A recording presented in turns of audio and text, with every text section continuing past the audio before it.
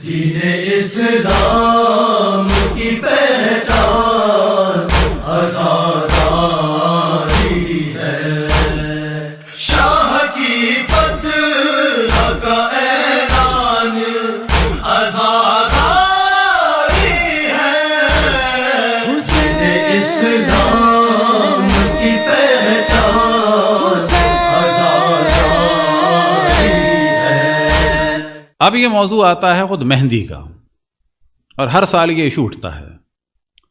اب ایک دو ہمارے برادران نے، ان کی نیت بھی اچھی ہوگی، لیکن کیونکہ میڈیا میں ایک چیز چلتی ہے اور ہر سال چلتی ہے، تو ہم کہہ رہے ہیں نہ ان کی توہین ہونی چاہیے، لیکن انہوں نے ایک جملہ کہہ دیا کہ ہر سال حضرت قاسم کا کریکٹر ایسیسینیشن ہوتا ہے۔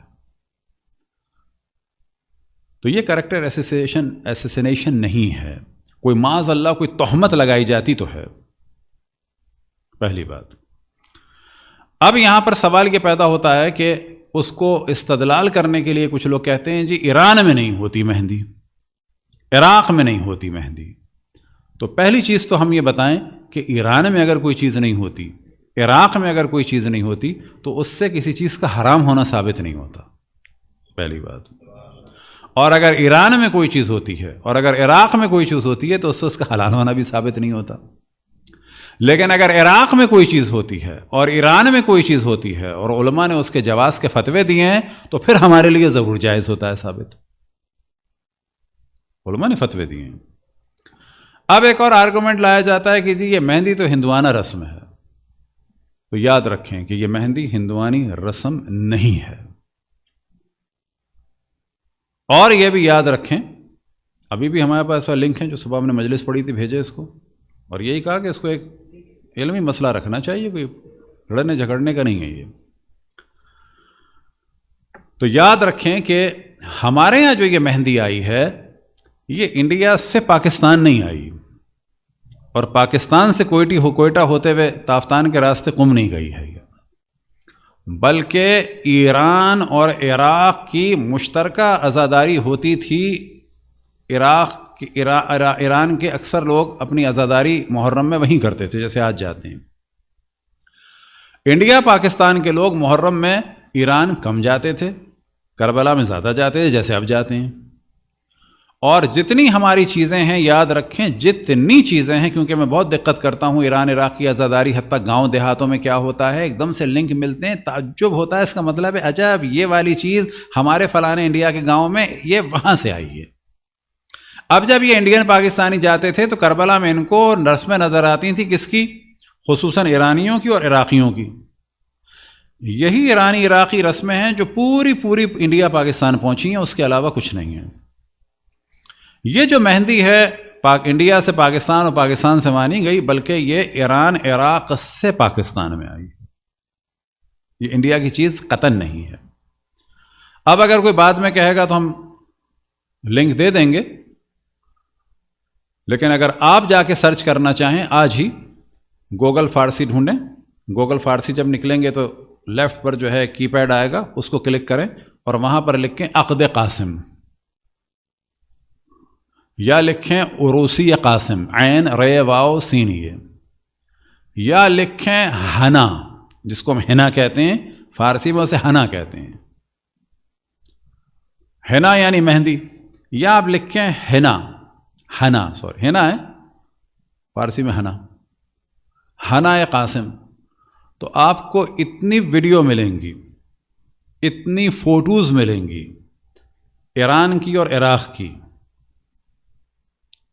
اتنی تفصیل ملے گی کہ آپ کو اس دن احساس ہوگا کہ انڈیا پاکستان میں حضرت قاسم کی جو مہندی ہے وہ 0.1% بھی نہیں ہے جتنی وہاں ہے۔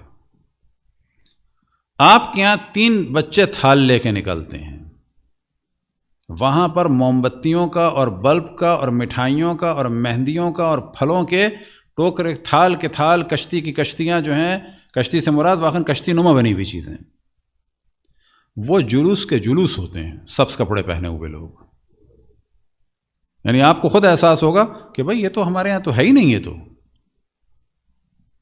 ہے ہی نہیں بالکل۔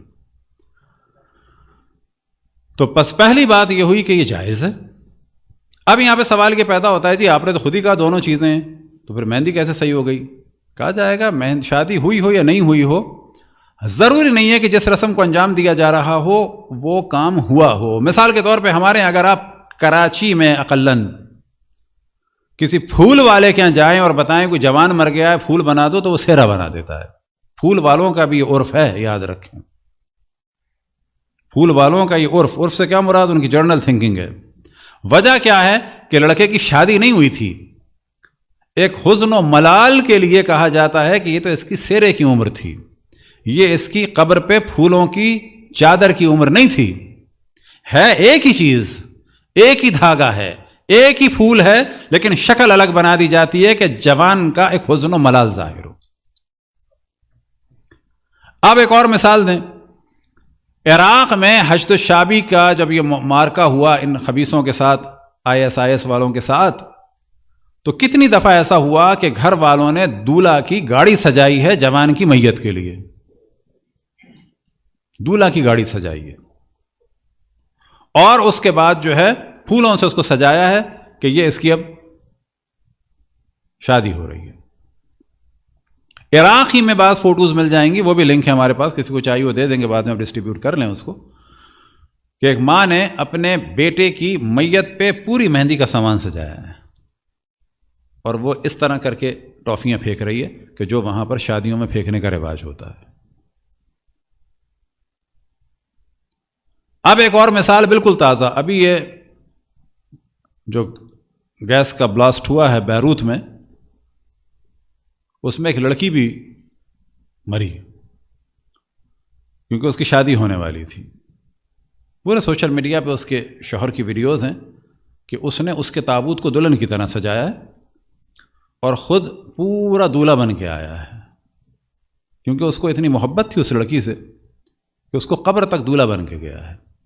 اب اگر وہ شیعہ تھا یا سنی تھا یا عیسائی تھا، یہی ہو سکتا ہے، دروز بھی ہو سکتا ہے، تو یہاں پر ضرورت نہیں ہے کہ آیت قرآنی ہو یا روایت ہو، ایک اظہار محبت کے لیے اس نے ایک حزن و ملال کے لیے یہ سب کچھ کیا ہے۔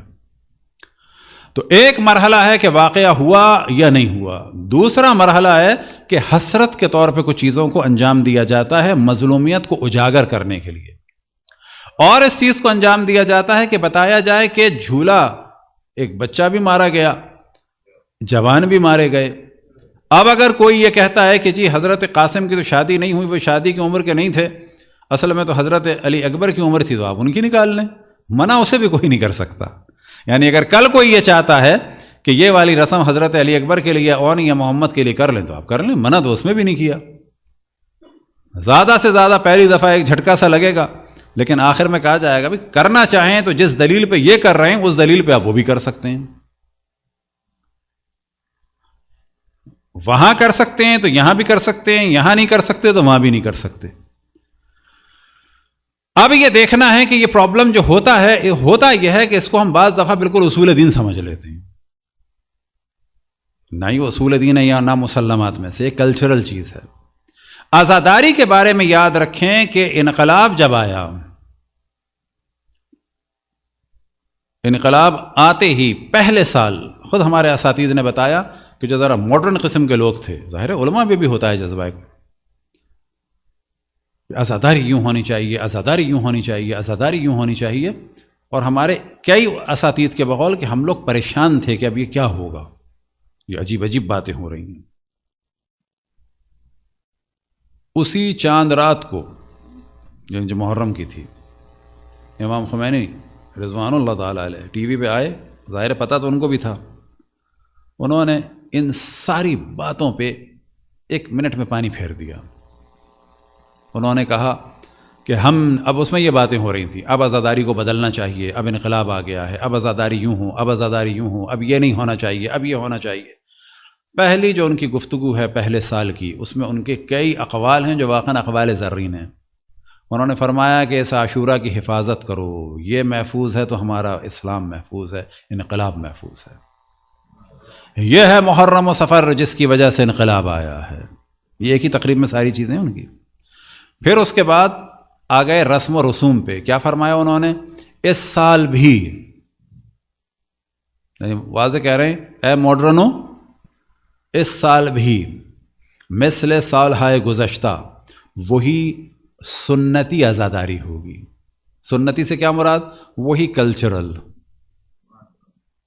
عزاداری میں یاد رکھیں ہر علاقے کے حساب سے کچھ کلچرل چیزیں ہیں اور انہیں ہمیں ایکسپٹ کرنا ہوگا. کلچرل چیزیں کیا ہیں؟ مثال کے طور پر ایران میں، عراق میں، بعض علاقوں میں یاد رکھیں، ایک تو پرابلم ہمارے طالب علموں کا ہے، علماء کا، دشمن نہیں ہے، ایک پرابلم ہے. پرابلم کیا ہے؟ رمضان آنے سے پہلے ہم سب آ جاتے تھے پاکستانی انڈیا، عید کے بعد ہم آتے تھے دوبارہ کہاں؟ ایران. محرم میں بھی عموماً یہ ہوتا تھا، یا مدرسوں میں ہیں یا صرف قم میں ہیں، ورنہ زیادہ تر جو ہیں محرم سے 4-5 دن پہلے نکل کے آ گئے پاکستان، ایام اضحیٰ کے بعد آ گئے کہاں؟ ایران. زیادہ سے زیادہ اگر رکے تو قم کو دیکھا، شہروں کا پتہ ہی نہیں ہے کہ وہاں ہوتا کیا ہے. مثال کے طور پر اردبیل میں اور تبریز میں ایک رسم ہوتی ہے، اسے کہتے ہیں تشت گردانی. تشت کون سا؟ تشلا. تشلا کس لیے؟ آپ سوچیں گے سبیل تو سنیے، تشلا کیا ہوگا جی؟ یہ تشلا ہوتا ہے حضرت حر کی یاد میں، جو امام حسین نے پانی پلایا تھا، وہی تش لگاتے ہیں. یعنی کل تک اگر بوتلوں سے پلا رہے ہیں تو اس رسم میں آپ کو تشلوں میں سے نکال کے پلائیں گے. اس رسم کو، اس واقعے کو یاد دلا رہے ہیں. یزد میں آپ چلے جائیں، لکھیں تو وہاں پر ایک ہوتا ہے نخل گردانی. نخل کیا چیز ہے؟ تو آپ کو تعجب ہوگا، ایک تابوت بنایا جاتا ہے یزد میں، وہاں کی اسپیشلٹی ہے، صرف یزد میں ہے. اور اسی کے چھوٹے سائز کا بنتا ہے کہاں پر؟ تھائی لینڈ میں جو اس وقت شیعہ ہیں، ان کی بنیاد ڈالی تھی شیخ عباس قمی نے، مفاتیح الجنان والے نہیں، ایک شیعہ تاجر تھے قم کے. یہ آپ سرچ کریں، ان کا مقبرہ ہے وہاں پہ. تھائی لینڈ میں انہوں نے بنیاد ڈالی تھی.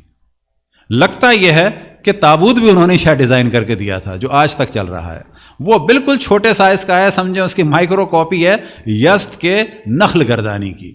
یزد کا نخل گردانی کیا ہوتی ہے؟ تو آپ کو تعجب ہوگا، پہلے بانسوں کا، میرے خیال میں اس آپ کے ہال سے بڑا ایک پلیٹ فارم بنایا جاتا ہے، اس کے اوپر ایک تابوت بنایا جاتا ہے بہت بڑا، اور اس تابوت کے آگے اس پلیٹ فارم کے اوپر ایک مرثیہ اور نوحہ پڑھنے والے باقاعدہ کھڑے ہوتے ہیں، اور اس پلیٹ فارم کو اٹھانے والے کم سے کم کئی سو افراد تو بالکل اس کے ساتھ ہوتے ہیں، ورنہ ہزاروں کا مجمع ہوتا ہے، اور اسے کہتے ہیں یزد کی نخل گردانی. اب نخل وہاں پر ممکن ہے پرانے زمانے میں لفظ تابوت کے لیے کسی کے لیے استعمال ہوتا ہوگا، نخل گردانی. تو ہزاروں قسم کی رسمیں ہیں ایران میں، عراق میں. عراق میں کوئی روتا نہیں ہے. بعض گاؤں دیہات میں یاد رکھیں، بعض گاؤں دیہاتوں میں کوئی روتا نہیں ہے جب تک کہ امام حسین کو آتا ہوا نہ دیکھ لے اور حضرت قاسم کو رن میں جاتا ہوا نہ دیکھ لے. یہی وجہ ہے کہ ہمارے تمام مراجع نے، تمام سے مراد تمام، ایک کے علاوہ بھی نہیں، تمام مراجع نے کہا ہے کہ جو شبی خوانی ہے، شبی خوانی کیا ہے جی؟ ایران میں شبی خوانی ہوتی ہے. آپ کو لگتا ہے نا برا؟ غلط لگتا ہے، برا کلچر ہے وہاں کا. عراق میں شبی خوانی ہوتی ہے، کلچر ہے وہاں کا. کویت میں شبی خوانی ہوتی ہے، لبنان میں شبی خوانی ہوتی ہے. بھئی شبی خوانی یہی ہوتی ہے جیسے سٹیج، اسی کو کیمرے میں کر لیں ڈرامہ، اسی کی فلم بنا لیں. آپ کا اختیار ہے، آپ اوپیرا کے ذریعے کر دیں.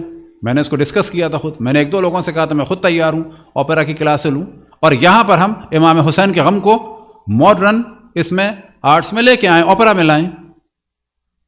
حرج ہے کوئی؟ حرج نہیں. تمام مراجع نے فتویٰ دیا ایسے میں اگر کوئی کردار ادا کرتا ہے کسی معصوم کا یا کسی کا بھی، اگر توہین نہیں ہو رہی تو بالکل جائز ہے، بالکل ویسے جیسے ٹی وی. یہاں آپ کو پتہ چلے گا ہمارے مراجع اس زمانے میں ان چیزوں کو دیکھ رہے تھے. اس اوپیرا بعد میں آیا ہوگا، بس خیر وہ تو شیکسپیئر کے زمانے کا، اسٹیج بعد میں آئی ہوگی ہمارے کم سے کم ممالک میں. ڈرامے بعد میں آئے، فلمیں بعد میں آئی ہیں. کربلا کو تمثیل کے اور ایکٹنگ کے ذریعے سے، پرفارمنگ آرٹ کے ذریعے سے ہمارے علماء نے 300 سال پہلے فتوے دیے ہیں. وہ جاہل نہیں ہیں، وہ زیادہ روشن فکر تھے، اور سب نے ایک شرط لگائی، غلط بات نہ ہو، توہین نہ ہو کسی بھی اعتبار سے، اور اگر یاد امام حسین اور امام حسین کی مظلومیت اس سے نظر آ رہی ہے تو کوئی بات نہیں. ایران عراق کے بعض گاؤں دیہات میں یاد رکھیں، جب تک وہ دیکھ نہ لیں ایک قاسم کو جاتا ہوا، علی اکبر کو جاتا ہوا، علی اصغر کو آتا ہوا، اور خیمے جلتے ہوئے، کیونکہ ایران میں ایک رسم ہوتی ہے عصر عاشور بعض شہروں میں، کہ جب میں نے پہلی دفعہ دیکھی تھی ہوش اڑ گئے تھے۔ اس دن احساس ہوا تھا کہ خیمے جلنا ہوتا کیا ہے۔ پورے خیمے سیٹ کیے جاتے ہیں اور عصر عاشور ان خیموں کو آگ لگائی جاتی ہے۔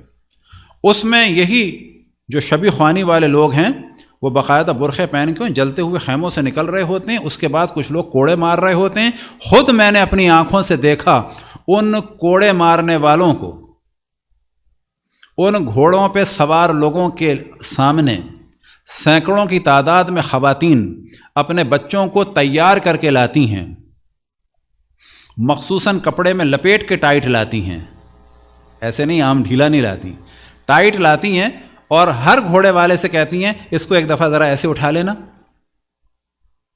اور وہ گھوڑے والے آتے ہیں ایسے اٹھاتے ہیں۔ کس کی یاد میں؟ کہ اس طرح سے بچوں کو بھی پھینکا گیا تھا۔ یہ ایران میں ہوتا ہے، اور یقین جانے میرے ہوش اڑ گئے تھے۔ اس دن میں نے دیکھا کہ اس طرح سے بیویاں نکل رہی تھیں، بھاگ رہی تھیں، تازیانے پڑھ رہے تھے، خیمے جل رہے تھے۔ یہ جو ہم سنتے ہیں امام زین العابدین جلتے خیموں سے نکلے، یعنی کیا؟ اس زمانے میں سیریز نہیں بنی تھی، 25 سال پہلے کی بات کر رہا ہوں۔ ابھی آپ کیا نہیں ہوتا انڈیا میں، پاکستان میں بھی نہیں ہوتا۔ آپ دیکھیں گے تو آپ کو لگے گا یار یہ کیا ہو رہا ہے، یہ کیا ہو رہا ہے؟ بھئی وہی ہو رہا ہے جو آپ کر رہے ہیں، آپ جھولا نکال رہے ہیں وہ کر رہے ہیں۔ یہ ساری چیزیں، اس کو کہا جاتا ہے ہمارے مراجع کی زبان میں، جیسا کہ امام خمینی رضوان اللہ تعالیٰ نے کیا فرمایا، عزاداری سنتی، جس علاقے کی عزاداری ہے اس کو ڈسٹرب نہیں کرو، تمہیں نہیں کرنا نہ کرو، چھیڑو نہیں۔ بعض جگہ امام حسین پہ گریے کا دار و مدار اس کلچر کی چیزوں پہ ہے۔ آپ کے یہاں چارپائیاں نہیں ہیں، اندرون سندھ موت میں ایک دن، اور امام حسین کے لیے پنجاب میں اندرون سندھ میں سرائے کی بیڑ میں چارپائیاں الٹ دیتے ہیں، سردی میں زمین پہ سوتے ہیں امام حسین کے غم میں۔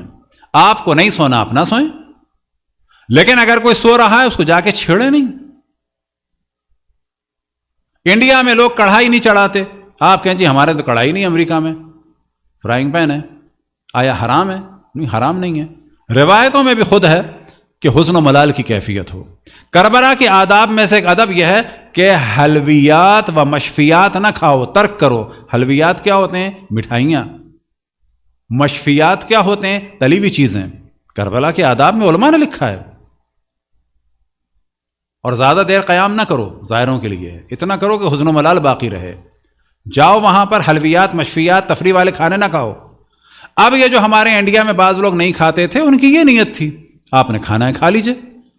ہمارے یہاں کچھ لکھنؤ کے دوست تھے انڈیا کے، خود میرے گھر میں یہ واقعہ ہوا کہ ہماری توجہ نہیں تھی، ہم نہیں کرتے تھے ایسا۔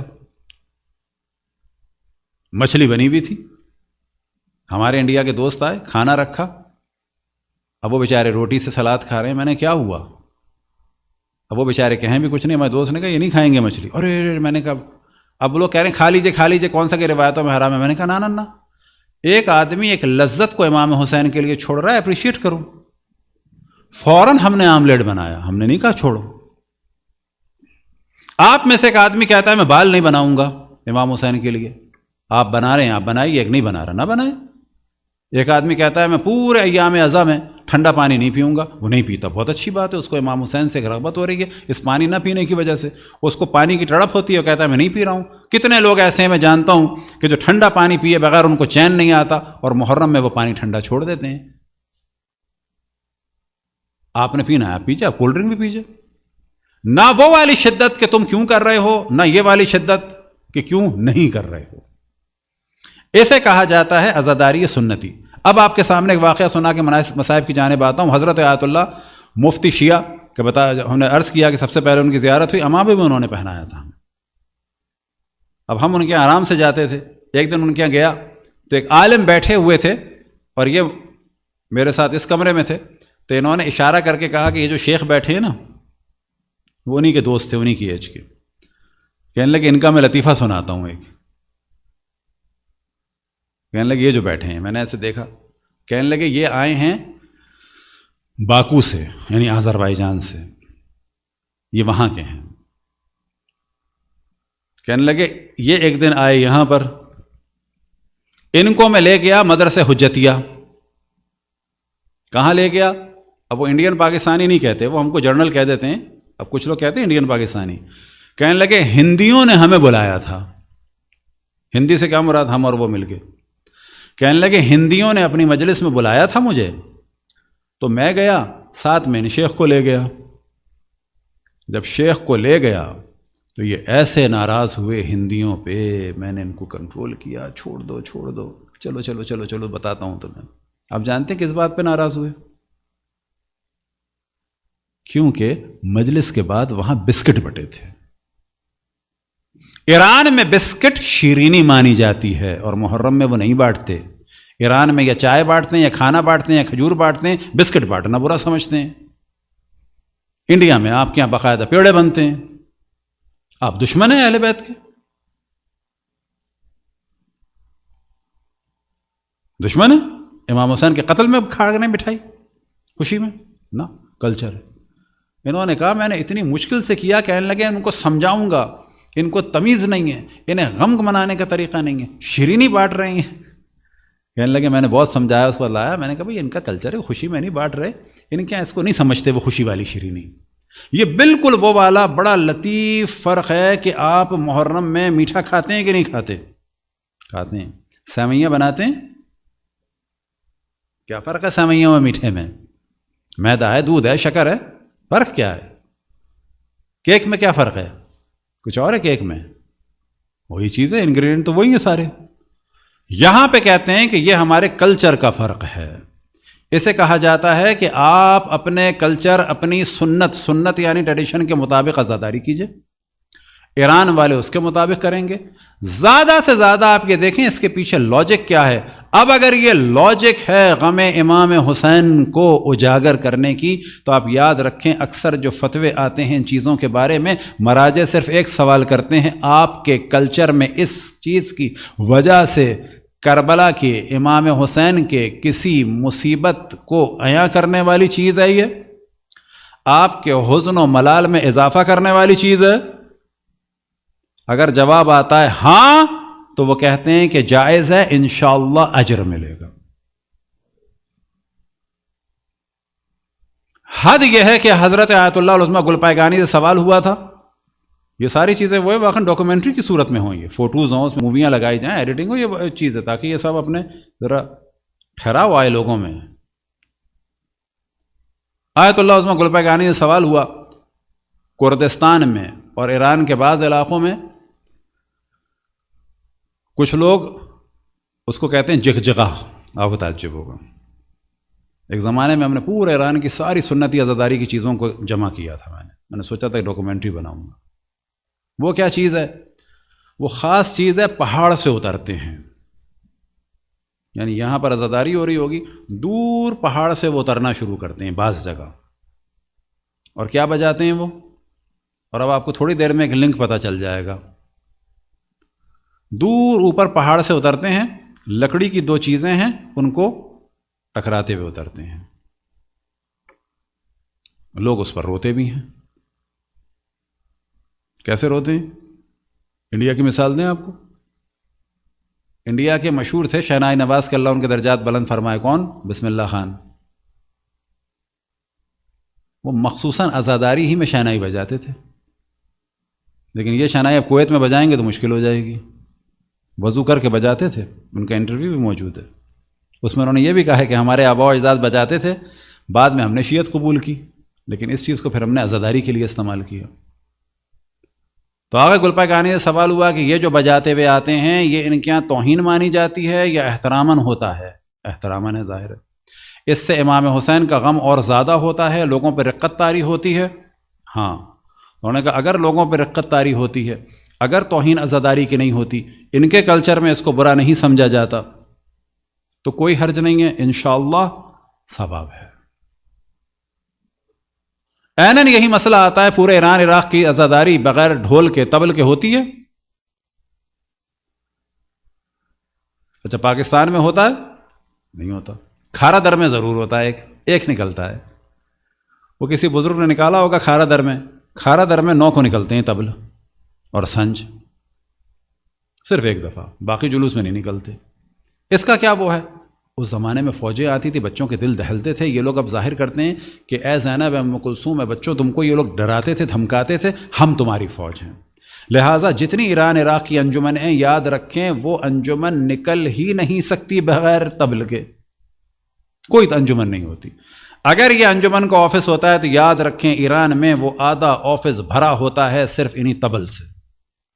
ہر انجمن کے معنی یہی ہیں۔ ہمارے یہاں تو انجمن کو لیے ڈائری چاہیے نا، ایران میں ہر انجمن کے لیے ایک جگہ چاہیے، ویئر ہاؤس ٹائپ کا، کہ جہاں پر اتنے اتنے لمبے علم ہوں، اور اس کے بعد یہ طبل اور سنج اور یہ ساری چیزیں ہوں، اور ساتھ میں وہ بھی ہوں۔ اب یہاں پر لوگ کہتے ہیں یہ میوزک ہے، احمقوں، بے شعوروں جو ماڈرن بنتے ہیں، میں انہیں کہہ رہا ہوں بابا میوزک کی اقسام ہیں۔ اس کو فقہ میں بھی ہمارے ہاں کہا جاتا ہے آلات جنگ۔ آلات موسیقی نہیں ہیں یہ آلات جنگ ہیں۔ یہ اس کو کہا جاتا ہے مثال کے طور پر مارشل میوزک، فوجی بینڈ۔ فرق زمین تا آسمان۔ انسان ماڈرن بنے تو ڈھنگ کا تو ماڈرن بنے، بھئی کچھ نہ ہو تو کم سے کم میوزیکل اکوپمنٹ کے اوپر ریسرچ کر لے، نہ دین کے اوپر ریسرچ، نہ میوزک کے اوپر ریسرچ۔ بھئی کرنا ہے کچھ تو کرے۔ تو ایران میں ان کی یہ مصلحت ہے، اور ہمارے تمام مراجع و ضام نے یاد رکھیں اجازت دی ہے۔ شرط کیا لگائی ہے؟ اگر حسن و ملال ہو رہا ہے، اگر امام حسین کی مظلومیت اس سے عیاں ہو رہی ہے، اگر اس سے اجاگر ہو رہی ہے مظلومیت امام حسین، تو کوئی حرج نہیں ہے۔ صلوات پڑھیں بر محمد والے محمد۔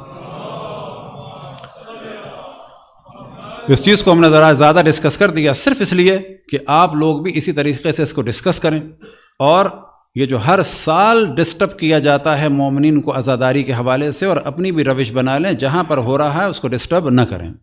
شریعت سے ٹکرا رہا ہے تو پھر بتائیں کہ یہ کام صحیح نہیں ہے۔ شریعت سے ٹکرانے سے کیا مراد؟ عراق میں، ایران میں آپ دیکھیں خواتین ننگے پیر چلتی ہیں، لیکن ننگے پیر چلتی ہیں سے کیا مراد؟ موزے پہن کے۔ وجہ یہ ہے کہ شریعت میں عورتوں کے پاؤں کا بھی پردہ ہے۔ امام حسین کو ایسی عزاداری پسند نہیں جسے پاؤں نظر آئے۔ خواتین ماتم کریں جسم کھلے، حرام ہے، قطعاً حرام ہے، حرام ہے، حرام ہے، حرام ہے، چاہے وہ کسی بھی کلچر میں ہوتا ہو، اس کو ٹوکیں۔ لیکن اگر مراجع نے فرمایا کہ ہاں یہ کام جائز ہے، اور ساتھ میں شرط لگائی ہے کہ اس سے حزن و ملال ہو رہا ہے، تو اس کو ہونے دیں، زیادہ سے زیادہ اس کو ڈیفائن کرنے کی کوشش کریں۔ رہ گیا معاملہ اعتراض کا، تو اعتراض ہر چیز پہ ہوتا ہے، اور اعتراض کرنے کا لوگوں کو حق ہے، اور ہمیں حق ہے کہ ہم اس کو ڈیفائن کریں۔ ان اعتراض میں سے ایک چیز ہم آپ کو کلیئر بتائیں، آپ کے خیال میں جب لوگ آپ کو حج کرتا ہوا دیکھتے ہیں تو آپ کو مباحث سمجھتے ہیں؟ یہ آپ کی غلط فہمی ہے۔ ایک عام ہندو سے پوچھیں، جب آپ کو سجدہ کرتے ہوئے دیکھتا ہے، یہ آپ کہتے ہیں جی مرکز توحید۔ ہندو باز کہتے ہیں کہ ہم مورتی کی پوجا کرتے ہیں، کالے گھر کی پوجا کرتے ہیں۔ یہاں پر آپ کو ڈیفائن کرنا ہوگا، ہم کالے گھر کی پوجا نہیں کرتے۔ کالا گھر ڈائریکشن ہے، ہم اللہ کو سجدہ کرتے ہیں، اور اس گھر کو سجدہ کرنا حرام ہے، یہ فقط ڈائریکشن ہے۔ آپ کہتے ہیں بیت اللہ، ہم سب کہتے ہیں بیت اللہ۔ جب آپ نے بیت اللہ کے نیچے لکھ دیا دا ہاؤس آف گاڈ، کسی کو سمجھنے کا یہ حق ہے کہ نہیں ہے کہ ان کا اللہ اس میں رہتا ہے؟ لیکن ہمیں اس کو ڈیفائن کرنا ہوگا، کلیئر کرنا ہوگا۔ یہاں پر ہاؤس آف گاڈ سے مراد، خانہ خدا سے مراد، بیت اللہ سے مراد زمین پر پہلی بلڈنگ جو اللہ کی عبادت کے لیے بنی ہے، نہ کہ اللہ کے رہنے کے لیے۔ اور یہ زمین پر حضرت آدم نے نہیں بنائی، حضرت آدم سے پہلے کی ہے۔ روایات میں نقل ہوا کہ حضرت آدم نے بھی آ کے اس کا طواف کیا ہے۔